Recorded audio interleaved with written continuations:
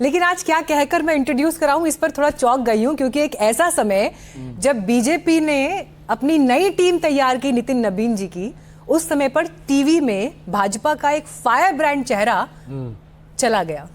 आप ये कह सकती हो कि जैसे एनडीटीवी का रीब्रांडिंग हो गया, शहजाद पूनावाला का रीब्रांडिंग हो गया, पर रीब्रांडिंग का मतलब वैल्यूज चेंज हो गए ये जरूरी नहीं।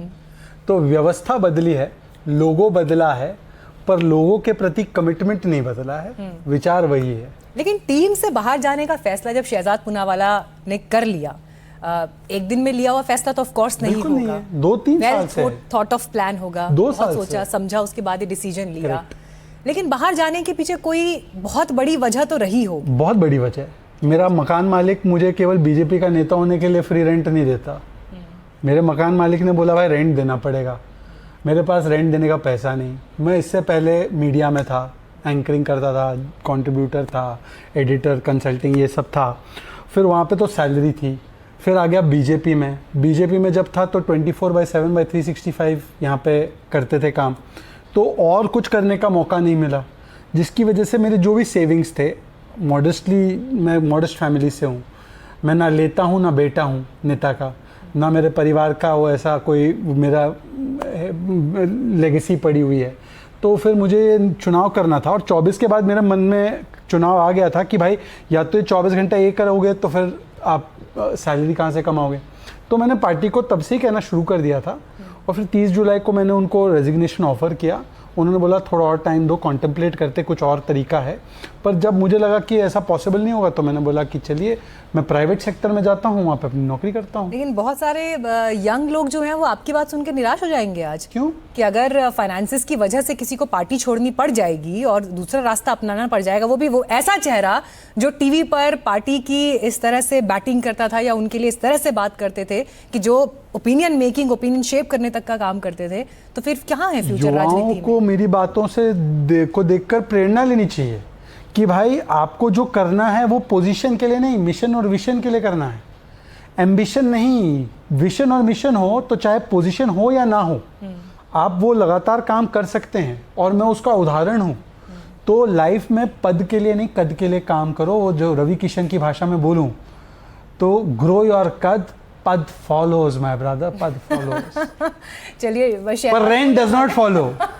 चलिए, शहजाद पूनावाला जीवन की व्यवहारिकता की और प्रैक्टिकल अप्रोच की बात भी और दूसरी इसमें इस पे एस्पेक्ट ये है कि मेरी माँ का जो एक्सीडेंट हो गया उसके बाद उनकी सेहत काफ़ी बिगड़ी है।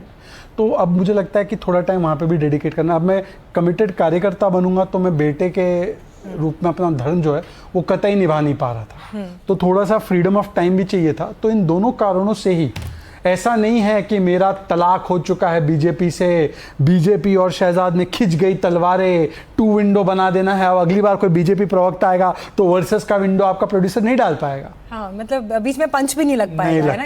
ये सारे ऑप्शंस आपने नहीं छोड़े। मैं आपको और निराश कर देता हूँ। देश के सबसे अच्छे, इतिहास के सबसे अच्छे प्रधानमंत्री मोदी है और रहेंगे। तो ये यानी कि ब्रेकिंग न्यूज़ नहीं होगी। ये कहना गलत नहीं होगा कि आप बीजेपी से नहीं निकले, बल्कि आप बीजेपी के सिस्टम से बाहर निकले। मैंने यही लिखा है लास्ट लाइन में कि व्यवस्था छोड़ रहा हूँ, विचार और व्यक्ति नहीं छोड़ रहा हूँ। बीजेपी आज भी देश की सबसे उत्तम पार्टी। या फिर आपने वो रास्ता खुला रखा है कि कल को जब भी लौटना है या फिर से जब एक पॉलिटिकल पारी खेलनी है तो उसके लिए एक विंडो ओपन रहना चाहिए। देखिए, ऐसा है कि भविष्य के गर्भ में क्या है वो तो मैं राहुल जी तो हूँ नहीं कि प्रिडिक्ट कर दूं कि economy is failing, economy is dead, है ना, मोदी जी सत्ता में नहीं आएंगे। ये सब प्रिडिक्शन राहुल जी करते हैं, मैं प्रिडिक्शन नहीं कर सकता, और जो बच्चा पैदा नहीं हुआ उसका मुंडन भी नहीं कर सकता। लेकिन कांग्रेस पर जो ये अटैक्स शहजाद पूनावाला के रहे हैं, ये ऐसे ही जारी रहेंगे अभी तो, और क्योंकि मैं तो अभी फिल्टर नहीं है मेरे पे, अब तो मैं प्रवक्ता। अरे हमारी पार्टी में बड़ा डिसिप्लिन होता है। हमारी पार्टी में मोदी जी और नड्डा जी और नितिन जी बोलते हैं कि विरोधी भी है तो सम्मान से बात करनी है, फलाना करना है, डेकोरम मेंटेन करना है, दुश्मन नहीं है। आप लोगों ने पूरा कैंपेन चलाया उनको बदनाम करने के लिए। वो उनके लिए कैंपेन चलाने की जरूरत नहीं। राहुल गांधी जो है ना, वो राहुल गांधी को पूरी दुनिया जानती है, राहुल गांधी को पूरा देश जानता है। उनके लिए कोई कैंपेन चलाने की जरूरत नहीं है। जो पप्पू है वो पप्पू ही रहेगा। हमको उसके लिए कैंपेन चलाने की आवश्यकता नहीं थी। पर हाँ, ये बात ज़रूर है कि बीजेपी में एक स्टैंडर्ड ऑफ डेकोरम होता है। मोदी जी को ये कतई पसंद नहीं कि हम गाली दे, मोदी जी को पसंद नहीं है कि हम लाठी डंडे मारने की बात जैसे राहुल गांधी करते पीएम के लिए, या जैसे कुछ बच्चों ने की थी, और मोदी जी का दिल बड़ा है, माफ़ कर देते। अब तो पर मेरे पे कोई फ़िल्टर नहीं है, अब तो मैं एकदम जो है वो फिल्टर बोलूँगा। तो हट गया है ना, वो फिल्टर ऑलरेडी हट चुका हाँ है। बिल्कुल, तो आप यहाँ विचार का फिल्टर नहीं, पर फिल्टर नहीं है। तो आज की तारीख में जब शहजाद पूनावाला अब बीजेपी में जब ऑफिशियली नहीं है और जब बात कर रहे हैं पॉलिटिकल डिस्कोर्स की, युवाओं के साथ जो एक परिस्थिति इस देश में जंतर मंतर पर खड़ी है, ऐसी क्या चीज थी जो एक सलाह आज आप बीजेपी को देना चाहेंगे? क्योंकि पार्टी में रहते हुए हो सकता है शायद बहुत सी बातें आप खुलकर वैसे ना कह पाए हो जो आपने सार्वजनिक मंच पर डिफेंड तो किया हो, लेकिन निजी रूप से शायद जिससे उतना सहमत ना रहे हो। मुझे लगता है यूथ के मामले को लेकर नहीं, एक ही चीज़ मैं कहूँगा कि देखिए, हम लोग जो काम करते हैं और जो हमारा कम्युनिकेशन उनकी तरफ होता है उसमें गैप नहीं रहना चाहिए उसमें। और गैप इस तब नहीं रहेगा जब हम उन युवाओं की भाषा, लिंगो और प्लेटफॉर्म को अडेप्ट और अडॉप्ट करेंगे। तो मुझे लगता है कि ये चीज़ एक कम्युनिकेशन, मैं अपने आप को एक्सपर्ट तो नहीं मानता, पर एक कम्युनिकेशन का स्टूडेंट होने के नाते मैं किसी को भी ये कहूँगा कि मेन आर्ट ऑफ कम्युनिकेशन क्या होता है, जिसको कम्युनिकेट कर रहे हो उसकी भाषा में, उसकी शैली में और उसके प्लेटफॉर्म पे करो ताकि उसको समझे। तो काम तो मोदी जी ने अद्भुत किया है, ऐसा काम मोदी जी ने जो किया है वो ऐसा काम कोई और प्रधानमंत्री नहीं कर सकता, ना किया होगा। पर वो काम कम्युनिकेट भी उसी तरीके से होना चाहिए जैसे मोदी। और मोदी जी ने जब पकड़ा इंस्टाग्राम, तो आप देखिए क्या व्यूज़ आए उनको, कितने फॉलोअर्स उनके बढ़ गए उस पर। तो उसका मतलब ये है कि Gen Z is with Modi, but only thing is कि जेन जी को रीच आउट करना, कम्युनिकेट करना, ये हमारी जिम्मेदारी। पर मेरा ये एक और सलाह है, एक ही क्यों आप सलाह लेते हो, आप तो पूरी सलाह दूंगा ना, केवल बीजेपी को क्यों सलाह दूंगा भाई? जो जंतर मंतर के लिए सलाह है वो झारखंड में भी तो सलाह बनेगी ना। ऐसा तो नहीं हो सकता ना कि मेरी सलाह जो है वो केवल जंतर मंतर तक स्टिक रहे। आपको अपनी सलाह रखने नहीं, मेरी सलाह ये है कि ये कौन सी ऐसी गूंज है जो जंतर मंतर पे तो एकदम आवाज एकदम साफ आ जाती है, पर झारखंड में वो कान में आवाज ही नहीं जा पाती है। ऐसी कौन सी गूंज है वो? ये छात्र भी क्या झारखंड के छात्र जंतर मंतर के छात्र हो जाएंगे? तो अब यही आवाज तो जो है मिस की जाएगी टीवी पर। नहीं, ये आवाज क्यों मिस की जाएगी? मैं अभी आपके साथ इंस्टाग्राम के जरिए सुनाई देगी ये आवाज। इंस्टाग्राम के जरिए तो सुनाई दे ही रही है, और आप बुलाएंगे तो मैं आऊंगा और बोलूंगा। आप मुझे बुलाना। तो शहजाद पूनावाला अब पार्टी से निकलने के बाद क्या करने वाले हैं? पार्टी से निकलने के बाद तो एक तो मैं अपनी नौकरी भी करूंगा, क्योंकि मेन फुल फ्लेज प्राइवेट सेक्टर में आप ज्वाइन करने वाले हैं। Of course. और जहां मुझे मौका मिलेगा अपनी बात रखने का। हाँ, एक चीज है, मैं कार्यकर्ता नहीं रहा, मैं अब प्रवक्ता नहीं रहा, मैं नागरिक हूँ। तो नागरिक के रूप में तो कमेंटेट करने का काम है। आपने मिडिल क्लास को लेकर जो है बकायदा पोस्ट किया, और आप उसमें उनके टैक्सेस से लेकर उनकी जिंदगी के जो बाकी चैलेंजेस है उन पर बात कर रहे हैं। लेकिन लोगों के मन में सवाल भी है कि शहजाद पूनावाला ने पार्टी में रहते हुए इस विषय पर कितनी मैंने किताब लिखी है इस पे, आप बता ही नहीं उनको। मैंने किताब लिखी है कि कैसे जीएसटी के आने के बाद टैक्सेस, एक्चुअली जो टैक्स हम लोग भरते हैं इनडायरेक्ट टैक्सेस, वो टैक्सेशन इंसिडेंस कितना कम हुआ है। तो एक रिफॉर्म तो हमने कर दिया टैक्स रेट्स का जीएसटी में, पर केवल सेंट्रल गवर्नमेंट टैक्सेस चार्ज नहीं करती, हमारे यहाँ पे स्टेट गवर्नमेंट भी और लोकल अथॉरिटीज़ भी टैक्सेस चार्ज करती है।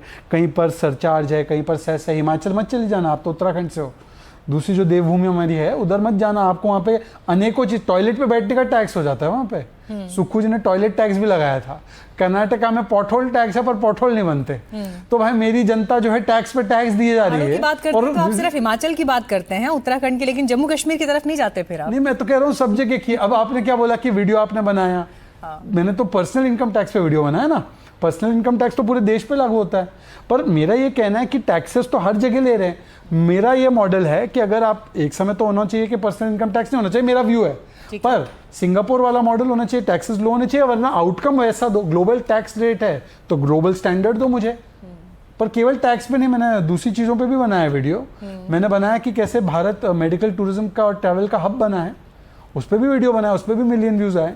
चलिए, एक चीज़ मैं आपसे और ज़रूर पूछना चाहूँगी, क्योंकि अभी नितिन नवीन जी की नई टीम का ऐलान हुआ है और उसको लेकर बड़ा एनालिसिस हो रहा है कि क्या कॉम्बिनेशन रखा गया है, क्या मैसेजिंग दी गई है।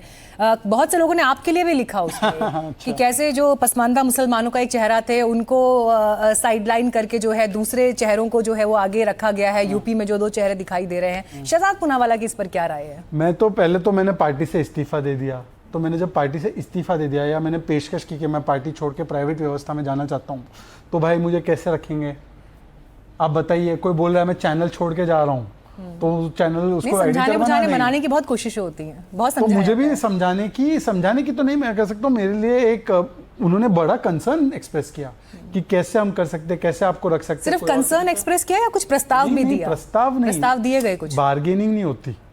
अब ये पार्टी माँ की तरह होती है, माँ के साथ बार्गेनिंग होती है क्या कि मैं तुम्हारे साथ इससे, मैंने उनको मेरी मजबूरी समझाई। उन्होंने कहा कि यार ये मजबूरी है तुम्हारी, पर फिर भी कुछ हो सकता है क्या, ट्राई करो। तो मैंने ट्राई किया, नहीं हो पाया तो मैंने उनको बोला कि अभी के लिए मैं प्राइवेट सेक्टर जाके अपनी बाकी की जिम्मेदारी निभाता हूँ। मैं आपसे कौन सा मिशन और विजन से कहाँ अलग हो रहा हूँ, पोजीशन से अलग हो रहा हूँ ना। पार्टी केवल पोजीशन के लिए नहीं है ना, पार्टी तो मिशन और विजन वाली है। मैं आपसे कह रहा हूँ कि बीजेपी का प्रवक्ता होना जरूरी नहीं। बीजेपी में सबसे स्ट्रॉन्ग पोजीशन कौन सी आपको पता है? आप बताइए। कार्यकर्ता और सपोर्टर। जितना बीजेपी की लड़ाई उसके सपोर्टर लड़ते हैं ना, और वो भी मतलब कुछ लिए बगैर, कुछ पद पे रहे बगैर, उतना कोई और पार्टी के लिए नहीं करते। बीजेपी का सपोर्टर उसकी जान है। चलिए आखिरी सवाल मैं आपसे जरूर पूछूंगी, बीजेपी का इस वक्त सबसे बड़ा चैलेंज या सबसे बड़ी कमी जो आपकी नजर में जिस पर काम किए जाने की जरूरत है? चैलेंज नहीं है, बीजेपी का सबसे बड़ा अपॉर्चुनिटी जिसको उसको टैप करना वो ये है कि आपको एक ऐसा नेता मिला है, नरेंद्र मोदी, जो इस देश के और दुनिया के इतिहास में और किसी को प्राप्त नहीं है ऐसा नेता। और नरेंद्र मोदी जी के बाद कौन है आपकी नज़र में उतना बड़ा एसेट पार्टी के लिए? ऐसा है कि हमारे जब पिता होते हैं और पिताजी को हम कभी ये कहते हैं कि आपके बाद कौन देखेगा परिवार? विरासत की बात हमेशा होती है। नहीं, ये फिर विरासत की बात हमेशा होती है, और इसलिए भी होती है, इवन इसलिए भी होती है कि पिता के बाद पुत्र को जो जिम्मेदारी संभालनी है या जो भी विरासत की बात वहां होती है जहां पे वसीयत के लिए माथापच्ची होती है। हमारी पार्टी में ना ये है कि एक नेता है, बाकी सब कार्यकर्ता है, और जिस दिन पार्टी को लगेगा कि अब नया नेता आना है तो वो पार्टी की व्यवस्थाई कार्यकर्ता में से एक नेता चुनेगी। तो मेरे करोड़ों पार्टी के जो कार्यकर्ता है वो कोई भी नेता बन सकता है, पर हम लोग उस सोच में जाते नहीं क्योंकि पिता के आफ्टर थॉट के हम नहीं बात करते। चलिए इस सवाल को रिफ्रेश कर देती हूँ। यूपी का चुनाव सामने है और बीजेपी अगर हैट्रिक लगाती है तो क्या योगी आदित्यनाथ उस सूची में बीजेपी के ही बाकी चेहरों में सबसे आगे हैं? उनको क्यों मुख्यमंत्री के रूप में नहीं देखना चाहती हैं हम? मैं तो प्रधानमंत्री के लिए आपसे सवाल पूछ रही हूँ। अरे पर वो चुनाव तो उत्तर प्रदेश में मुख्यमंत्री का लड़ रहे हैं। तो मुख्यमंत्री के बाद प्रधानमंत्री का रास्ता आगे नहीं जाता है? गुजरात से मोदी जी भी तो ऐसे ही आए थे ना सेंटर तक। मैं ये कह रहा हूँ कि 27 में उनको जब मुख्यमंत्री बनाएंगे उत्तर प्रदेश की जनता, तो वो उत्तर प्रदेश में 5 साल काम करने के लिए बनाएंगे। जितना खुलकर शहजाद पूनावाला डिबेट में बोलते हैं उतना खुलकर नहीं बोल रहे हैं अब। क्योंकि मैं फिर से कह रहा हूँ, ये अगर आप योगी जी से भी पूछेंगे ना तो योगी जी बोलेंगे कि मेरी उत्तर प्रदेश की जनता के प्रति जो सेवा करने की भावना है वो भावना से ही वो काम कर रहे हैं। और मैं आपको अभी लिख के दे रहा हूँ, उत्तर प्रदेश में भारतीय जनता पार्टी मोदी जी और योगी जी के नेतृत्व में पिछली बार से बड़े मार्जिन से जीतने वाली है। पिछली बार से बड़े मार्जिन से हैट्रिक होने वाली है। चलिए आपके इस दावे की परख यूपी के चुनाव में होगी। अच्छा, बड़ा ओपोनेंट कौन है बीजेपी का भी आपके सामने? पॉलिटिकल पार्टीज की बात कर रही हूँ। कोई अपोनेंट नहीं है, कोई निर्विवाद रूप से पार्टी सबसे आगे है। बीजेपी का कोई अपोनेंट नहीं है, मोदी जी का कोई अपोनेंट नहीं है। हम तो अपने अपोनेंट को भी हमारा समर्थक बनाते हैं। और सोचिए, रेजिग्नेशन देने के बाद भी व्यक्ति समर्थक बना हुआ है। BJP is a special party and Modi ji is a special leader, और उनसे जनता का भी और उनके कार्यकर्ताओं का भी अभी कोई जुड़ाव टूटा नहीं है। चलिए शहजाद पूनावाला का ये तेवर, उनका ये स्पार्क, ये तेवर, ये स्पार्क हमेशा ऐसे मुझे स्पार्क मिला। हेडलाइन से ज्यादा इंपॉर्टेंट स्पार्क है। स्पार्क बचे रहना चाहिए, जो हम कहते भी है ना, हो कहीं भी आग आग रहनी चाहिए। तो वो आग ऐसे ही बरकरार रहे। Thank you so much Shehzad Poonawalla, and मैं आपको शुभकामनाएं देती हूँ आपके फ्यूचर प्रॉस्पेक्ट्स। और मैं आपके शो में अब आऊंगा एनालिस्ट के रूप में। अवश्य। Thank you. धन्यवाद।